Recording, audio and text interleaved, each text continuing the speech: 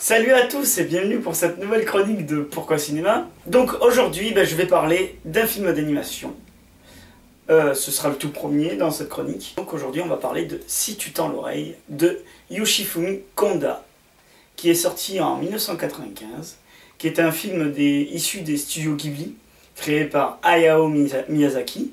Donc il faut savoir que Yoshifumi Konda devait être l'héritier de Hayao Miyazaki, mais celui-ci est mort 3 ans plus tard, en 1998, d'une rupture d'anévrisme. Donc à la base, Si tu tends l'oreille est un manga sorti en 1998, qui a été dessiné par Aoi Iaragi. Je ne sais pas si j'écorche le nom. Yoshifumi Konda a décidé 5 ans plus tard d'en faire carrément un dessin animé. Enfin, plutôt un film d'animation. C'est mieux, le terme est un peu plus exact. L'histoire est la suivante.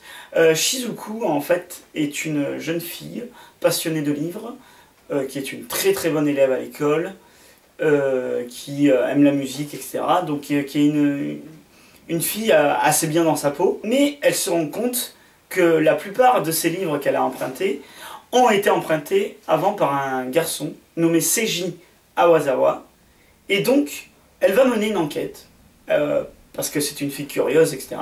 Elle va mener l'enquête de savoir qui est ce garçon, et elle va rencontrer ce garçon. Et ainsi, il va avoir la naissance, tout au long du film, d'une amitié, et même plus, qui va se créer. Donc, comme vous pouvez le voir, le scénario est un peu simple, etc. Mais c'est pour ça qu'à travers ce film d'animation, j'ai décidé aujourd'hui, en fait, dans Pourquoi Cinéma, d'étudier ce qu'est l'ambiance. Le sujet de Si tu tends l'oreille est simple, c'est-à-dire c'est la naissance d'une amitié, voire même plus, entre deux protagonistes. C'est aussi l'évocation de la passion de la musique pour ces deux personnes. Il faut savoir que Seiji Awazawa fabrique des violons et Shizuku, elle chante. Donc il y a cette passion-là qui les réunit. C'est des passions qu'on peut dire très simples, mais pour autant qui sont ancrées dans la réalité. C'est pour ça que les personnages de Shizuku et de Seiji sont extrêmement attachants. Et ces deux personnages font partie de l'ambiance de ce film. On va dire qu'il n'y a pas vraiment de péripéties. Si peut-être la péripétie, c'est l'enquête que mène Shizuku pour savoir qui est Seiji.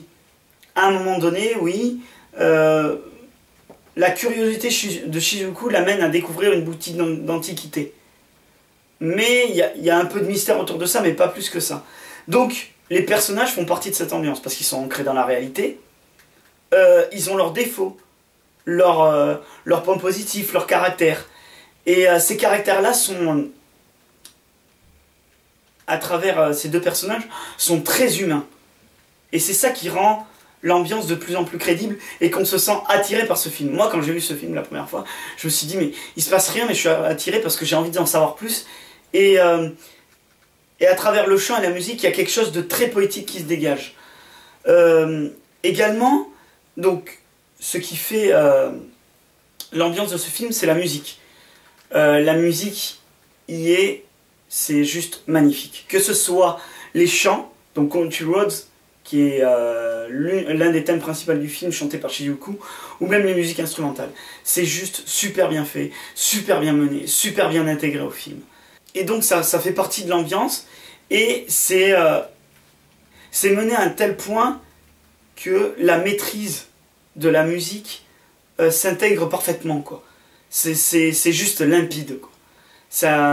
Et ça fait vraiment plaisir de voir que des films d'animation comme ça. Alors c'est vrai que si je devrais comparer à Disney, à Studio Ghibli, ce n'est pas comparable parce que c'est pas du tout la même chose, etc. Mais les personnages ne sont pas caricaturaux. La musique n'est pas caricaturale. Et on s'attend pas à voir quelque chose comme ça. C'est là où ce film m'a surpris. Ce que j'avais dit par rapport à la musique, qui était intéressante, c'est qu'elle intégrait aussi donc une part de mystère. Et il y a une part de mystère autour de ce film, notamment quand Shizuku rentre dans la boutique d'antiquité et qu'elle découvre le baron, qui est en fait une statuette d'un chat qui a été acheté en Allemagne par le propriétaire de la boutique d'antiquité. Et ce baron-là a un pouvoir un peu mystique. Il y a aussi une part de mystère autour du chat, qui revient comme un fil conducteur. Donc soit il s'appelle Muna, soit il s'appelle Moon.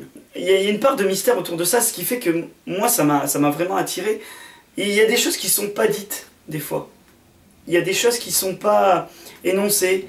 Et tout ça devient très poétique. Donc c'est pour ça que ce film est vraiment intéressant. Et ce qui est super en fait dans ce film, c'est toutes les transitions qu'il y a autour des personnages, comment ils évoluent. C'est-à-dire qu'on sent une évolution des personnages. Notamment avec la promesse, donc je ne vous dis pas quelle promesse, qui va être fait à la fin par Seiji Hashioku, mais qui est vraiment super magnifique et super sincère. C'est aussi un film très sincère.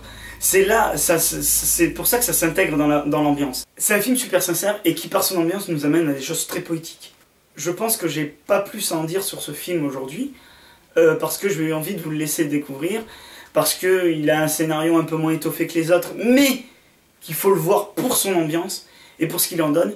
C'est aussi mon premier film d'animation que je fais sur cette chronique cinéma. Je pense que les studios Ghibli ont toujours fait des films d'animation extrêmement bien faits, extrêmement bien scénarisés, avec des vrais thèmes vraiment à aborder. Et ici, le thème, c'est juste l'évolution des personnages, je dirais. C'est comment ils évoluent tout au long du film, et c'est juste super sincère, quoi, et super poétique. Sur ce, je vous souhaite une très bonne journée. Au revoir. Country love この道ずっと行けばあの街に続いてる気がする Country love